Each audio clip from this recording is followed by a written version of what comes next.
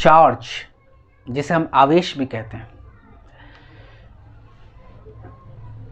हजारों साल पहले ग्रीक निवासी ये जानते थे कि अंबर, जो कि एक पत्थर होता है जिसे हम अंबर कहते हैं, कि अंबर को अगर रगड़ा जाए तो वो हल्की हल्की चीज़ों को खींच लेती थी। ग्रीक्स उन अंबर, यानी जो अंबर का पत्थर था, उन्हें इलेक्ट्रॉन कहते थे, और यहीं से वो नाम इलेक्ट्रिसिटी की आई है। 16वीं शताब्दी तक हमें ये बात पता थी कि कुछ चीज़ें जबकि वो रगड़ी जाए तो खींचती हैं। इसके अलावा, अंबर के अलावा भी, जैसे कि ग्लास रॉड, ग्लास की कांच की वस्तुएं जो थी, तो रगड़ने के बाद वो खींचती थी दूसरे हल्की चीज़ों को। या सल्फर के बारे में भी पता था। और जनरली जो इलाइट क्लासेस पार्टी में एज अम्यूजमेंट ऑफ फन इसको यूज़ करती थी, वो उनकी औरतें जो होती थी अंबर को रगड़ती थी और किसी मेढक को छू देती थी फिर उससे, और वो फिर मेढक डिस्परेशन में एकदम घबरा जाता था, जो उसे झटका लगता था। तो that was fun. Till 18th century it was known that दो तरह की इलेक्ट्रिसिटी होती है। एक वो जो कि ग्लास को रगड़ने के बाद आई, और एक वो जो रबड़ को रगड़ने पे आई। रबड़ की अगर रॉड ली जाती तो बेंजामिन फ्रैंकलिन साहब, without any knowledge of electrons and protons, उन्होंने ये बात कही कि हर चीज़ के अंदर इलेक्ट्रिक फ्लूइड पेनिट्रेटेड है, अंदर में समाया हुआ एक इलेक्ट्रिक फ्लूइड है, या एक इलेक्ट्रिक फायर है जो हर चीज़ के अंदर में है। और उन्होंने उस वक्त अपने हिसाब से ये बात कही कि अगर किसी चीज़ में ये फ्लूइड ज़्यादा है, ये फायर ज़्यादा है, तो उसको कहा पॉजिटिवली चार्ज्ड, और किसी में ये डिफिशिएंसी है तो कहा कि नेगेटिव चार्ज है। और ये कहा कि अगर ये फ्लूइड है, ये कुछ चीज़ों से ट्रैवल भी करती है, सर्टेन चीज़ों से ट्रैवल भी करती है ये इलेक्ट्रिक फ्लूइड, और उसे कंडक्टर्स कहा उन्होंने।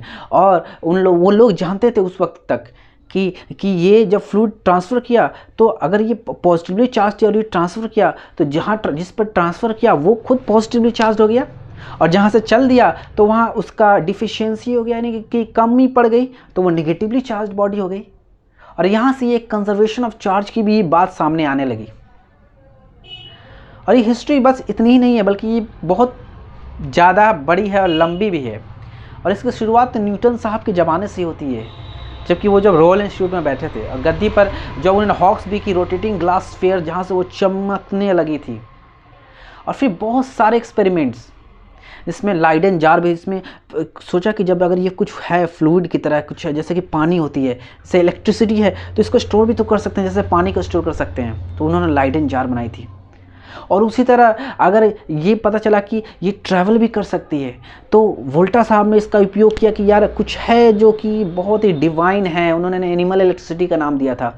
और उससे कहा कि एक्चुअली रूह की तरह शायद, क्योंकि झटका देती थी अगर वो मरा हुआ मेढक पे स्पाइंस पे उन्होंने टच किया उस कंडक्टर्स के जरिए, जो कि स्टोर की जाती थी लाइडेन जार में हॉक्सबी की रोटेटिंग ग्लास मशीन के जरिए चार्जेस को, तो वो चार्जेस झटका देती थी। और वो झटका से लगा कि जैसे कि ट्विस्ट हो गया, एकदम पैर हिल गए थे, हालांकि वो मुर्दा फ्रॉग था। तो ये सारी बातें इस तरफ पॉइंट आउट करती चलेगी, एक के बाद एक अंडरस्टैंडिंग क्रिएट होती चलेगी कि कुछ तो है, ये कुछ तो है। This property, this charge is the intrinsic property of the fundamental particles. Intrinsic, अंदरूनी एक गुण है, प्रॉपर्टी है फंडामेंटल पार्टिकल्स यानी इलेक्ट्रॉन्स और प्रोटॉन्स की, जो कैरी किए होते हैं इन इस गुणों को, जिसकी वजह से ये सारा बिहेवियर शो हो रहा था। देखा ये गया एक्सपेरिमेंट्स में।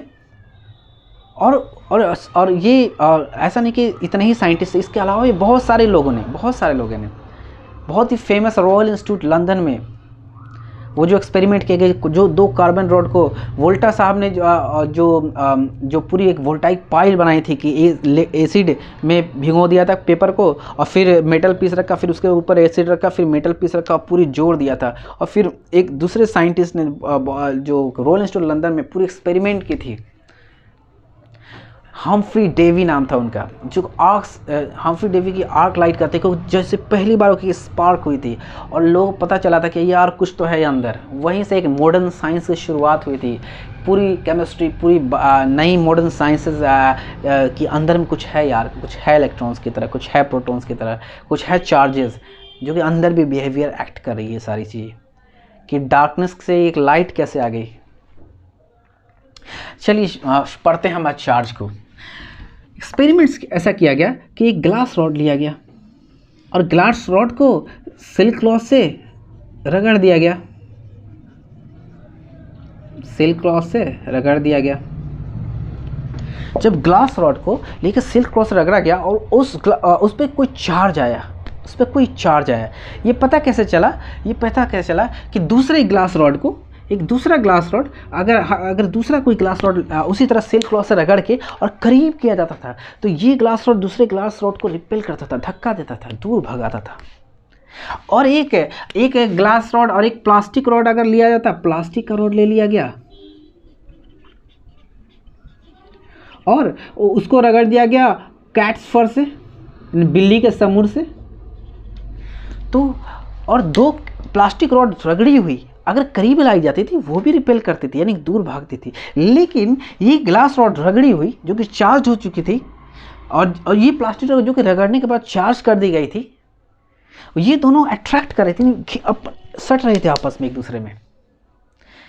और जो ग्लास रॉड पे जो चार्ज थी उसको बेंजामिन फ्रैंकलिन साहब ने बिना कोई नॉलेज के इलेक्ट्रॉन्स प्रोटॉन्स के उस वक्त के अंडरस्टैंडिंग के हिसाब से कहा कि ये पॉजिटिव चार्ज है, नेमिंग दे दिया, और ये कहा कि ये नेगेटिवली चार्ज है, और कहा और उन लोगों ने बताया कि चार्जेस दो तरह की होती हैं, यानी there are two kinds of electric charges, electricity, एक जो पॉजिटिवली चार्ज है और एक जो निगेटिवली चार्ज है। और उस वक्त ये भी पता चला कि दो तरह की चीज़ें भी होती हैं, कि एक कंडक्टर्स होते हैं जिससे कुछ कंडक्ट करता है, यानी ट्रैवल करती है चार्जेस, और एक से नहीं करती है तो उनको इंसुलेटर्स कहा। कंडक्टर्स, अगर ये ग्लास रॉड है और मैं कोई अगर एक्सपेरिमेंट करूं कि मैं एक बलून लाऊं, क्या लाऊं, एक बलून लूं, और बलून तो वैसे, और क्या करूं इसमें हीलियम भर दूं, हीलियम हल्का होता है ऊपर उठाएगा, और इसको ये कंडक्टर बलून है कि मेटल पॉलिश कर दूं इस बलून को, कंडक्टिंग बलून है ये, कंडक्टिंग बलून लूं, और अगर कंडक्टिंग बलून को इसके करीब लाऊं ग्लास रॉड के, तो ये कंडक्टर क्यों ले रहा हूँ मैं कंडक्टर इसलिए ले रहा हूँ, मान लो कि मैं कंडक्टर को अगर ऐसे शो करूँ कि ये कंडक्टर है, अभी बताता हूँ। तो कंडक्टर्स में उसके जो अंदर में जो लैटिस होती है, यानी कि जो पूरे स्ट्रक्चर होता है, तो इलेक्ट्रॉन्स जो होते हैं वो कुछ इलेक्ट्रॉन्स ऐसे होते हैं जो कुछ फ्रैक्शन ऑफ इलेक्ट्रॉन्स ऐसे होते हैं जो फ्री होते हैं और वो सरफेस पर फ्रीली मूव करने वाले होते हैं, इस तरह के होते हैं, बहुत हल्की बाउंडेशन होती है उनमें से। अब वो ट्रांसफ़र कर सकते हैं ईज़िली, या वो ईज़िली मूव कर सकते हैं। लेकिन इंसुलेटर्स में, जैसे ग्लास रॉड, इनमें इंसुलेटर्स में केसेस में ये होता है कि ये टाइटली बाउंड अप होते हैं इलेक्ट्रॉन्स और बहुत ईजिली मूव अप नहीं कर सकते हैं। अगर मैं एक कंडक्टर लेता कंडक्टर और करीब करता हूँ इस ग्लास रॉड को इस कंडक्टर के, तो इसके अंदर जो इलेक्ट्रॉन्स हो गए, ये चूँकि नेगेटिव चार्ज पॉजिटिव चार्ज को अट्रैक्ट करती है, और यानी कि प्रोटॉन्स यानी कि जो इलेक्ट्रॉन्स अट्रैक्ट होंगे इस पॉजिटिव चार्ज के, तो इलेक्ट्रॉन्स ये करीब में आ जाएंगे, यानी कि इधर वाला पार्ट नेगेटिवली चार्ज हो जाएगा, यानी कि उधर डिफिशियंसी होगी नेगेटिव की, क्योंकि पूरी बॉडी तो पहले न्यूट्रल थी, यानी कि इक्वल अमाउंट में था, तो इधर की साइड में पॉजिटिव चार्ज हो गई बॉडी, इधर साइड से पॉजिटिवली चार्ज हो गई, इधर साइड से नेगेटिवली चार्ज होगी, और इस प्रॉपर्टी को इंडक्शन कहते हैं कि चार्ज इंड्यूस हो गई, पैदा हो गई, this is called induction. Charge को हमने इंड्यूस कर दिया, ये करीब लाएं।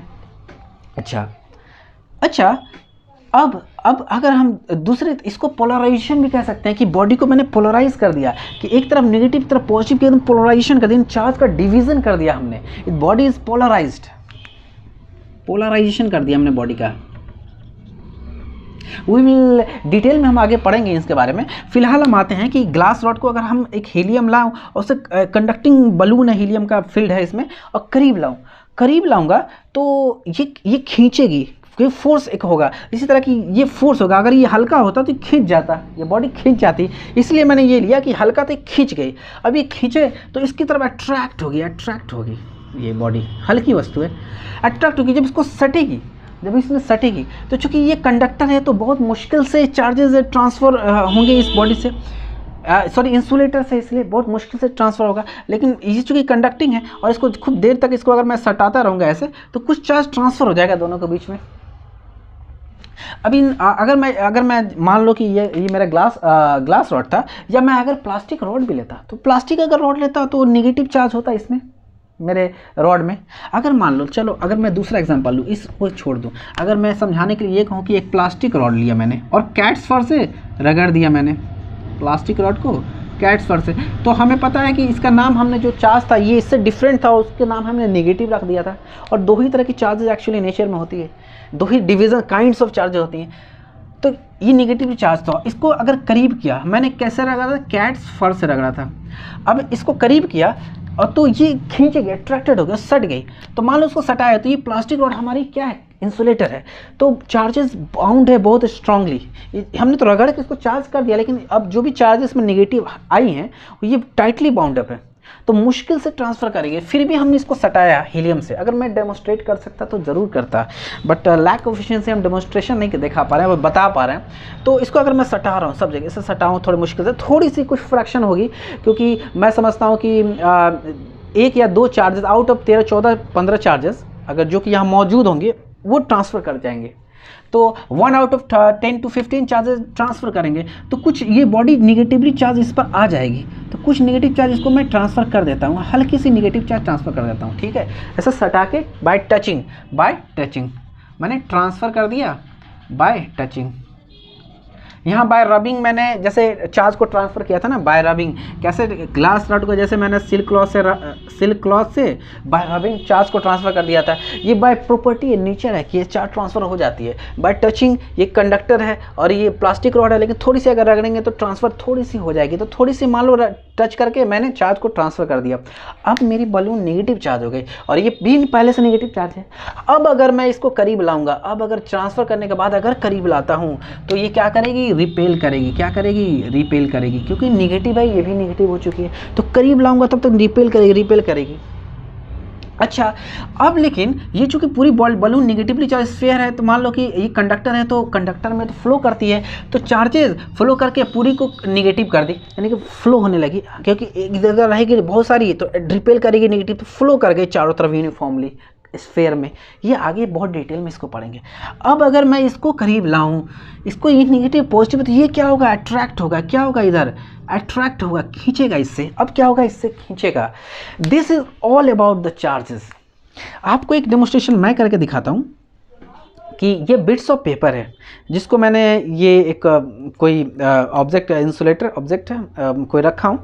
अब मैं ये प्लास्टिक है, प्लास्टिक की मेरी पेन है, as a plastic rod consider करता हूँ, ठीक है। दो प्लास्टिक रॉड है, अभी क्या है, प्लास्टिक रॉड न्यूट्रलाइज है। कोई इस पर देखो, कुछ खींच रही है क्या, नहीं खींच रही है, ठीक है। खींच रही है क्या, नहीं खींच रही है, ये नहीं खींच रही है इस प्लास्टिक रॉड्स पे। अब हम क्या करते हैं, मैं इसको रगड़ता हूँ। रगड़ने के लिए मैं कोई चीज़ देखता हूँ कि ये क्या है, ये तो मेरी ऊन है, तो शायद चार्ज ट्रांसफ़र नहीं हो पाएगी। देखता हूँ चार्ज ट्रांसफ़र करके हो पा रही है, नहीं हो पा रही है। मैं अपने हाथ पर रगड़ता, इसको इधर के बालों पर अगर मैं रगड़ूँ तो ट्रांसफ़र कर सकता हूँ। वैसे ड्राई मौसम है, सूखा मौसम होना चाहिए, और मेरे बाल थोड़े हल्के भींगे हुए हैं, तो शायद चार्ज ट्रांसफ़र उतनी ना हो, ड्राई होना चाहिए, ड्राई ज़रूरी है। कोल्ड एंड ड्राई एज में या ट्रांसफ़र कर दिया मैंने, you see that I have transferred and this is the bits are attracted now what I'm trying to show you कि अगर एक बिट्स को मैं अट्रैक्ट कर दूं, ठीक है, पॉजिटिव चार्ज ले लूं, अट्रैक्ट कर दूं इसको, let me touch this more, yeah, let me attract it. I think atmosphere ऐसा है कि थोड़ी वेट एटमॉस्फेयर है यहाँ पर, तो मैं पूरी तरह से इसको सटाए नहीं रख पा रहा हूँ। अगर मैं दूसरी को भी अगर मैं वेट ए मिनट, अगर मैं इसको अपने हाथ के बालों पर, ये थोड़ी सूखी है मेरी यहाँ पर, और यहाँ पर भी थोड़ी सूखी है। दोनों को अगर मैं चार्ज कर देता हूँ, let I charge the both of the plastic rods and now let me attract this. I have attracted bits paper. अब ये अट्रैक्ट हो गया। अच्छा, ये बिट्स पेपर न्यूट्रल था, अट्रैक्शन क्यों हुआ? क्योंकि ये एक तरह से पोलराइजेशन कर दिया, तो खींच लिया, हल्की से खींच लिया।